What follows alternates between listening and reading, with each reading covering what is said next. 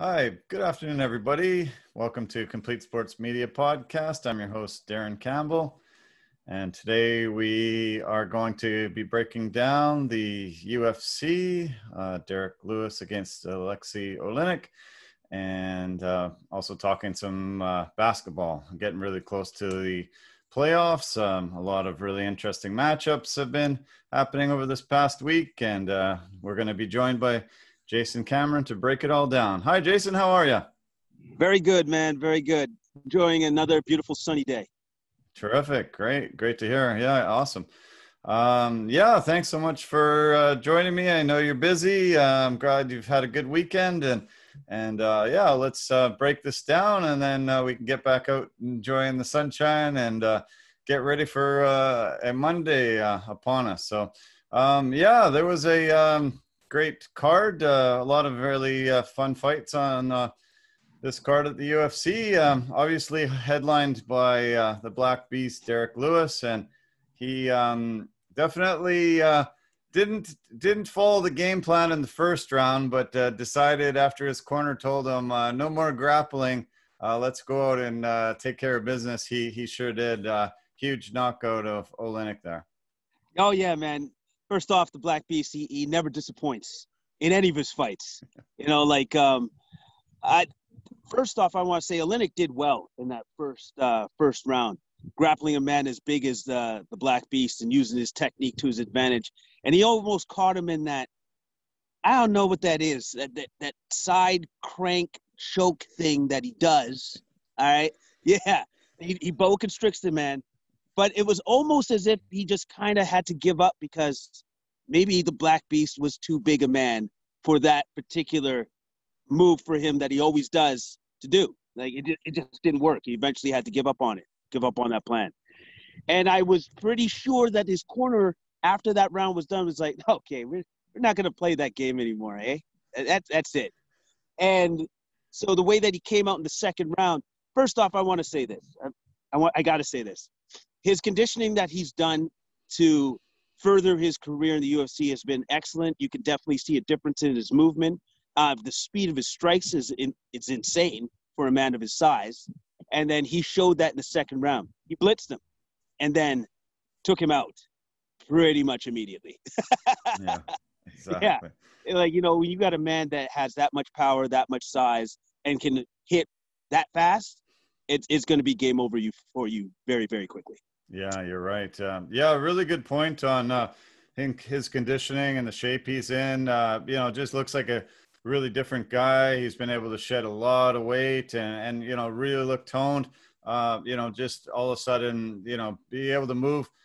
He's able to, land flying knees on guys. 265 pounds is not easy to get off the ground for a flying knee and hit a guy in the chest with it to actually knock him back before he hits him with a punch. So great to see that. He even actually said after the fight that he wants to drop at least 10 more pounds and come in even a little bit lighter, and the ability to move around and avoid some of the big strikes that these other heavyweights can give him. So good on him that he's really putting the time in to get into phenomenal shape. And he's a serious contender at the top of the division again. After Stipe and DC decide who's the champion next weekend, there'll be a lot of guys clamoring for the title shot coming up. I think he can definitely lay claim to one of the opportunities. Oh, yeah, for sure, man. Like his last couple of wins have been very impressive. He's got to be right there or very close to the top to finally get his chance at the belt. Like after they have this trilogy fight that's coming up next weekend, we'll see what the landscape looks like after that fight, obviously. But he's got to be right there. Just another impressive win by the Black Beast against a very, very dangerous fighter in Oleinik. He now holds the record for the most knockouts in heavyweight history. He was pretty shocked to know that he holds the record. He listed off a lot of the top contenders. Both Cain Velasquez and Junior Dos Santos both held the record at 10, and now he has the record 11 KOs in the UFC cage. Pretty amazing to be able to pass those legends and be able to solidify a record. I was blown away that he's now the king. Yeah, and I just love how humble the man is, because I love the fact that he's just not even aware. He's like, nah, I just go in there and fight. And if I win like that, I win like that. Like I love his demeanor, and then plus on top of that, more importantly, I love his post-fight interviews, because that's gold right there. That's gold, Jerry. That's gold, man. Like, because I'm sure you caught that first little bit of it once. Paul Felder had to say, well, before you go to the bathroom and handle your business, let's just do the interview first. I love that, man. I love that guy. I love that guy. No, he's got such a personality, and just says it like it is, no filter there, and it's always hilarious. It's always must-watch TV, super fun, and yeah, he's got such a good personality, as well as being such a tough fighter, and wow, once he started hitting Oleinik while he was face down, that was it. Herb Dean had to come in and save the guy, because oh man, those were some nasty right hand bombs that were landing on Oleinik, and there was definitely it's good that Herb stopped it right then and there, or else. Oh yeah, those were hellacious shots, man. Like, eventually Herb literally kind of dived on the man and said, "No, that's enough, and don't hit me." yeah, exactly. Yeah, so that was fun. That was really great. Yeah, it was very tough round for him, the first round, but he weathered the storm and was able to come out blitzed 21 seconds into the second round and get his hand raised, and huge victory. So yeah, phenomenal main event. The co-main event didn't live up to as great a billing as I thought it should. Weidman returning to his division that he was the champion in, middleweight, and facing a tough Russian guy. There was a lot of grappling, a lot of grinding out to get the victory. It's great that Weidman is back in this division and back able to get the win. But yeah, it wasn't super exciting. Just a grappling match.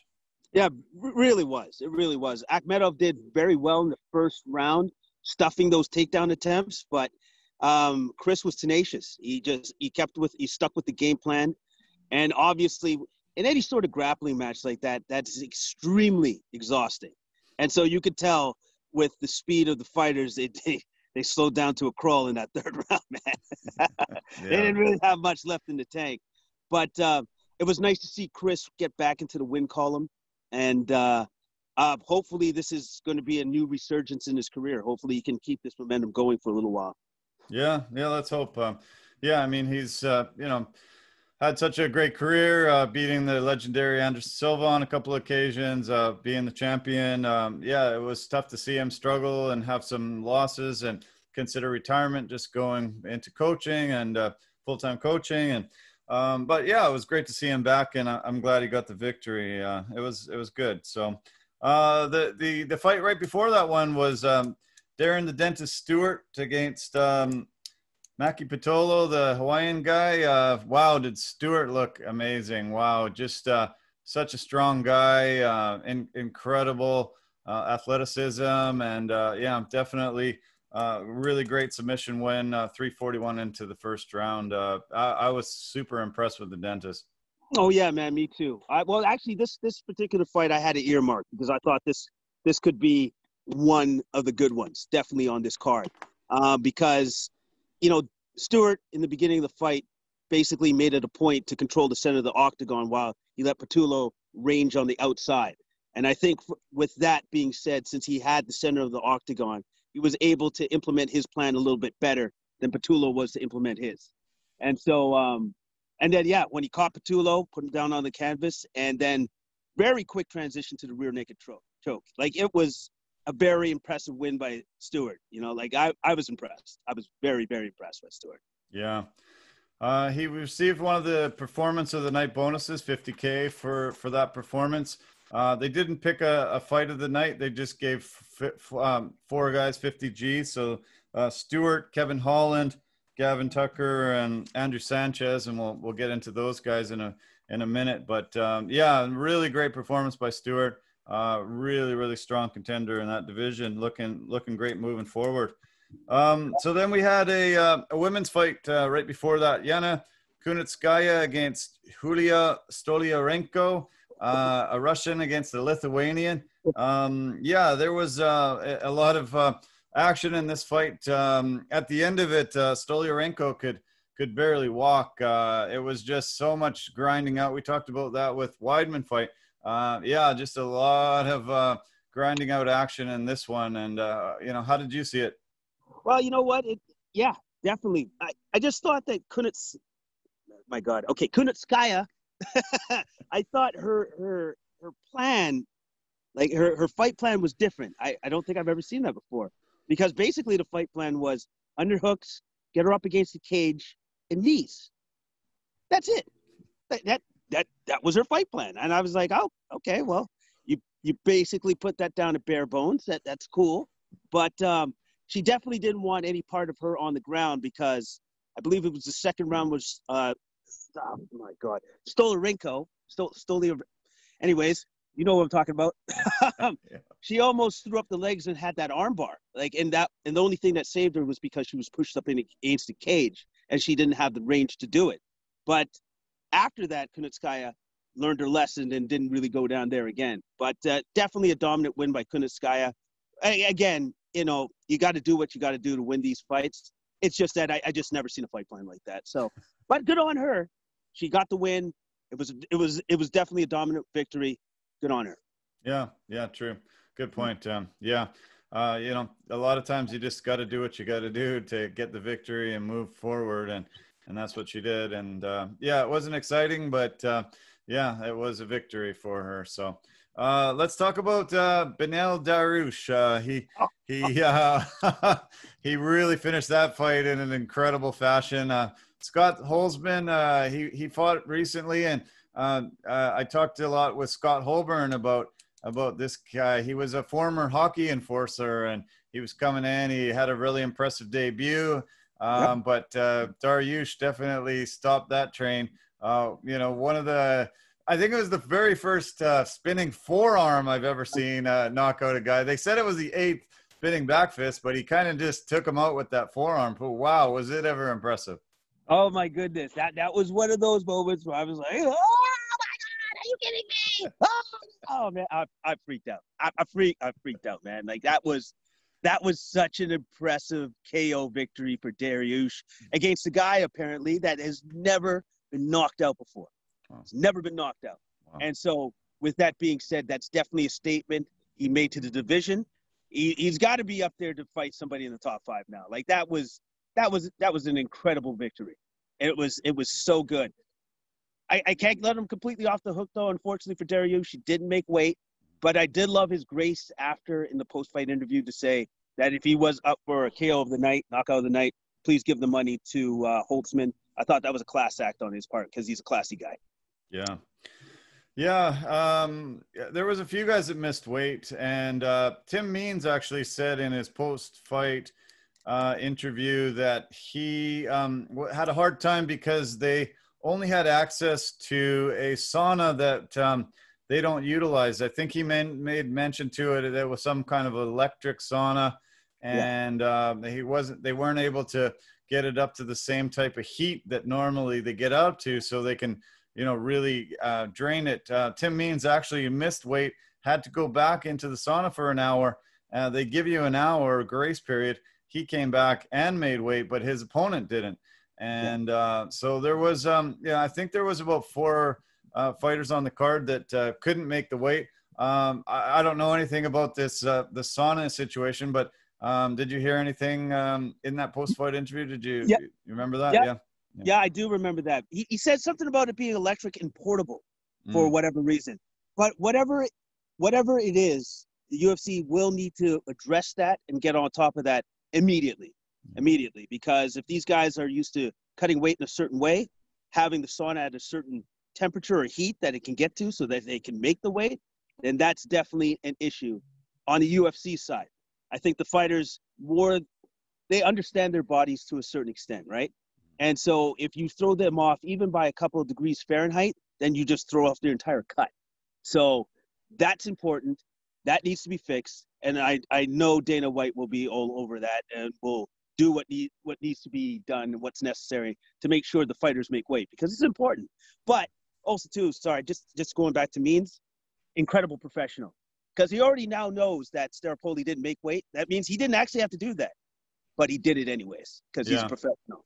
That's awesome. Very true. Yeah. He did get extra, 30% purse. So, I guess that's an incentive for sure. You and I talked about this last week where some fighters weren't even actually trying to cut the weight so they wouldn't have to be so depleted. And they were, facing that 30% loss of their purse, but getting the win bonus and possibly even a fight bonus like the 50K. So I'm not sure if that was a situation with Dariush or Staropoli. I don't know, but those, in those two fights back to back, 3 guys missed weight when they were supposed to. As you said, Means didn't have to do that because the other guy had missed, so he could have easily just stayed where he was. But he was the professional, went in and took that weight off, and also had an impressive victory. Staropoli is a tough guy and one of the best Argentine fighters I've seen. And I really enjoyed his win. Oh man, that was a great fight, by the way. That was as good a high level fight as I've seen in a long time. And but Means used his veteran experience and savvy to steal that third round and win the fight. Because I had that going to the third round, I had them even, right? Staropoli for the first, Means in the second, and then he went to more of a grappling-based attack, held him up against the cage, and did his strikes. And he eked out his victory. He got the win. And so good on Tim Means, and great win for him. Yeah. Well, he's had 22 UFC fights, really long, storied career. His record's 30-12, but 22 wins, in the UFC. And you're right. He used that veteran ability, the veteran knowledge, and was able to, grind out a great win. You were right. It was close going into that third round, but I thought he dominated in that third round and took it. I do actually want to just go back in reverse to Dariush, though. 5 straight wins. I just think that guy, he's going to be a scary opponent for everybody in that division. He's just been on fire, looking better and better. He was such a grappling guy earlier on, but now, he's had 2 super highlight reel knockouts in the last couple of fights. I think he's well-rounded his game to be, serious contender. Well, I think he's even impressed with himself. He's like, well, sometimes that's just the way it goes. I just became a knockout artist all of a sudden. I don't know. I love that about Dariush, and I love the fact that his game has certainly evolved over his time in the UFC, so that now that he's dangerous everywhere, and he's a handful for anybody in the upper echelons of that division. And I hope he gets a shot at somebody up there now going forward. Yeah, me too. Yeah. Turn into the fight between Kevin Holland and Joaquin Buckley. That was my favorite fight of the night. There was so much trash talking going on. There was so many amazing moves. Holland had 5-inch height advantage, reach advantage. Buckley had actually just fought last weekend on the LFA regional circuit, so he was coming in fresh. But Holland, wow, that guy is so talented, and he has fun in there. He just went in and picked him apart and finally knocked him out really early on in the third round. And that was my favorite fight of the night. I just love watching the man work, because he's talking to you, right? And he's actually quite funny in the ring. He's actually very funny. And also, too, he's just super relaxed. Like, Buckley came in like a house on fire, super aggressive, throwing hooks. Unfortunately, some of those hooks were low. But you know what? Kevin Holland took it with a grain of salt. He laughed it off most of the time. And then also, too, he has that sniper straight right that is that is like a striking cobra, that thing. That is so impressive, so super fast, and it's just so supremely accurate with that punch. Great win by Holland. Just a very impressive win against a very game opponent in Buckley. Yeah. So, yeah. No, it was really cool to see Holland back. Obviously, last week he was supposed to fight Trevin Giles. Giles fainted just before he was supposed to do the walkout for the fight. And Holland called out Ed Herman, couldn't make that happen. Said to the UFC, hey, get me in as fast as possible. UFC obliged. Put in a really tough opponent. This guy was like really built, 5 inches shorter. So he was just so much more compact and just, he was a big guy. If he would have connected on some of those hooks, I think he could have taken Holland out. But Holland's footwork, the way he could move was really elusive. And just a really impressive victory for the Trailblazer. So much fun. Even when he was taking those low blows, I think he said, hey, man, I think I might want to have another kid. So, cut it out. He's hilarious in there. He's hilarious. Oh no, he's super entertaining, and like that's he's one of those new guys in the UFC that you can definitely just tune into. Like whenever that guy fights, you want to see what he's gonna do. And then also too, like even when Buckley was coming in with those wide shots, those hooks and stuff, Holland was very effective actually, like just with subtle moves and digs in the pocket, and then hitting with short elbows or short uppercuts too. It was an impressive win, man. Like I was very impressed with the way that Holland had to switch up his game plan, obviously, for this new opponent, but he was able to do that on the fly and very seamlessly. Great win. Great one. Really great one. Okay, let's turn to a lightweight fight between Nasrat Haqparast and Alex Munoz.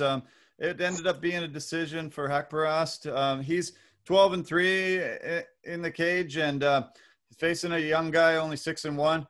Anything stand out for this particular fight for you?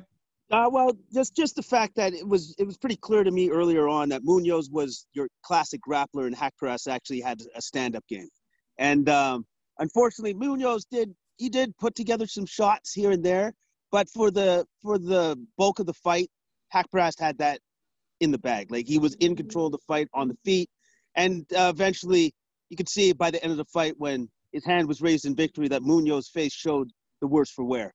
He definitely got beat up in that fight, and it was a dominant win by Haqparast. He really wasn't in any way, shape, or form in any sort of like. There was no chance of him losing that fight.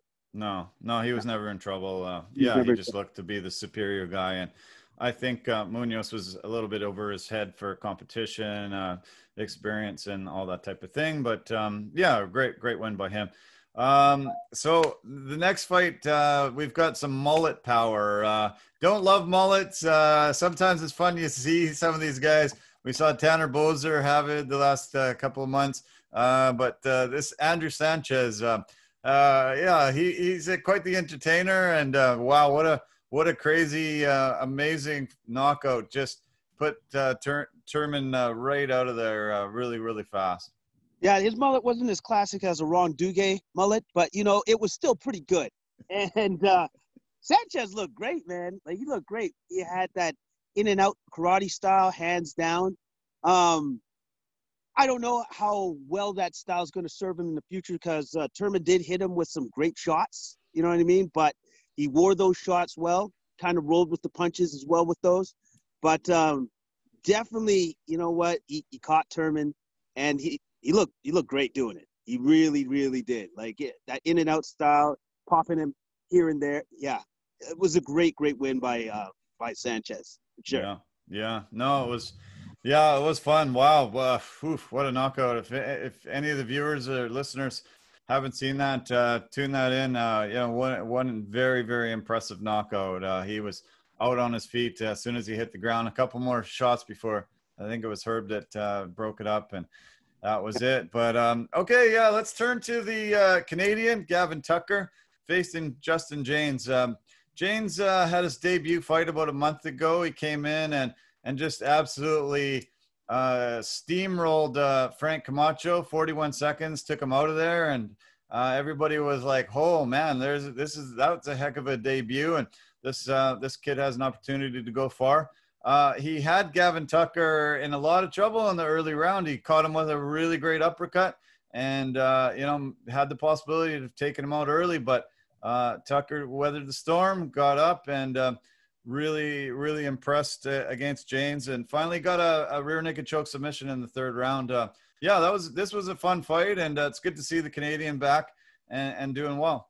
Yeah, man. Like Tucker is just so slick on his feet, but as he said post fight, James hit like a Mack truck. He goes, that guy hits for power, man. And so when he got put down, that guillotine choke was in tight, my friend. Is in so tight that Tucker lost his shorts trying to get out of it. That's how tight that thing was. And so and I gotta give Tucker all the credit in the world, man. Like he weathered the storm. He gutted that thing out to get out of that choke because that's how tight it was. And then also too, he just used his superior everything when it came to the stand up. Yes, James had power, but Tucker had everything else. Like his attack was so varied and cerebral that James didn't know what he was going to get hit with at any point in time. And then, you know, when you're watching a fight like that, you don't know what that guy's going to throw at any point in time. So how is the opponent going to know what he's going to get hit with? Great win by Tucker. Great win. I just wish the man would fight a little bit more often. And hopefully this year we do get to see him in the cage a little bit more, because he's definitely one to watch. He's an exciting fighter, and he's great. He's must-see TV. He really is. Yeah. I've always been really impressed by him, and he looks great in the cage. The Nova Scotian, it's fun to see the governor fight, and glad he could come in and derail this James. James does hit like a Mack truck, but overmatched in the second and third round for sure. And great submission win. I loved it. Good to see a Canadian win there. And then we've got a featherweight fight. The last fight I want to talk about today is Youssef Zalal. He's the only fighter on the UFC card to have 3 wins in 2020. Had a really great victory about a month ago and beat Peter Barrett. That spinning kick early on that hit Barrett, knocked him down. Not many people would have stood up after getting connected with a kick like that. Yeah, man. And also, too, like just the accuracy and the confidence to throw that kick, that spinning technique, because, you have to know what you're doing to throw those techniques. You just can't just throw that stuff out there. And just the fact that the man's chin was tough enough that he did not go out immediately, I was amazed. I was like, wow, man, you are tough. That is amazing. But great win by Zalal, and I love the kid's energy after the fight. I love the fact that, and like all the fighters, they're just all so just super grateful to be doing the sport they love at this point in time. Yeah, you're right. Yeah.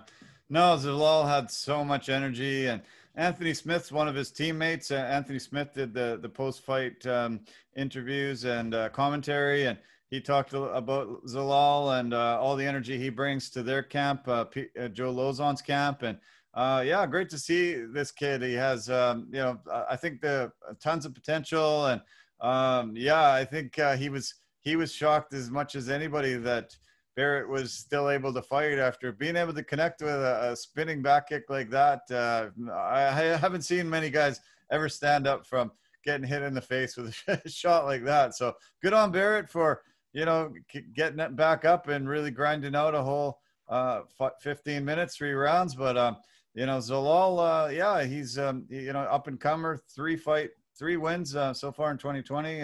Look out for this kid. I think they're going to try to, put him on a bunch of cards in the near future here.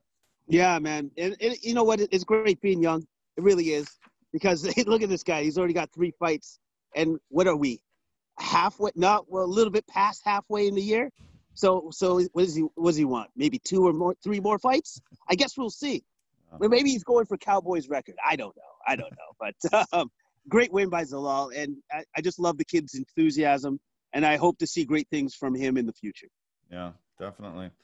Yeah, it was a fun fight card as usual. UFC's just been putting on great fight cards. It's been really fantastic to have an opportunity to see them week after week. And even some of the lesser lights that come in, they're still impressing. And we're having fun watching them. I'm glad, we get fighting every Saturday. We briefly talked about the upcoming UFC card. Stipe, DC, trilogy fight, heavyweight, baddest man on the planet. Man, and I cannot wait for next Saturday. This is going to be one of the greatest fights in UFC history, I think. Oh yeah, man. And both of these guys are training as if this is their last fight that they'll ever have in their career. Like they are training like monsters right now, like absolute monsters. So I kind of expect to see the best out of both of these men in this trilogy fight. I really do. Now, what does that mean in the end result? I don't know. I don't know who's gonna win that. I have no freaking idea. But I cannot wait to see that fight. They're both of those guys are gonna lay it on the line. And there's been a ton of trash talk going back and forth with Miocic saying, well, you know what? You fluked out. And Cormier is saying, well, that's great. I'm glad you think that. I'm glad it's going to be this is that much sweeter when I beat you again in the third. Like, like it's just, it's great, man. I love the talk. I love the chatter. And I can't wait to see them hook it up in the ring and then settle it in there. Sorry, in the octagon ring. Octagon. Right. Yeah. Yeah, so yeah, me either. Yeah, it's going to be so fun. Yeah, both fighters, finished the other guy in their respective fights, and yeah, I haven't seen them put this much effort into training ever, in my opinion. Watching the countdowns and all the pre-fight stuff. Yeah, I think they're going to be in the best shape of their lives, and yeah, this is going to be. Some epic fight, I believe. And let's hope it goes really long. And, there's something that we can remember forever. I'm so excited. It's nice to be able to finally say, okay, definitively, this guy's the baddest man on the planet. And he, fades into retirement maybe. And lets everybody else try to ever reach those heights again. It's going to be hard. Stipe was, the champion that kept, with title defenses, and being able to really show how great he was. And DC with two-time champion, 2 belts. Just, some of the greatest moments in UFC history too. Yeah, I mean, what more can you ask for? This is something that, it's going to be really, really memorable. The only thing I could actually ask for, there would be one thing. If the fight is as good as Lawler versus McDonald, that's all I want to see. That's actually what I'm asking for. Nice. Give me that. Give me that anytime. I am the happiest man on the planet. You give me that, and which I'm sure they will. That's one thing that I'm sure I'm going to see. I'm sure I'm going to see something that spectacular. Yeah. Something where it's like, no, I'm not going to break. And the other guy's like, well, I'm not going to break either. And they just keep going at it. It's going to be fantastic. It's going to be wonderful. It's going to be wonderful fight. Super excited. You guys will have to make sure you watch the fights. Watch us break it down next weekend. Yeah, it's going to be a blast. I can't wait. I wish Saturday night was already here.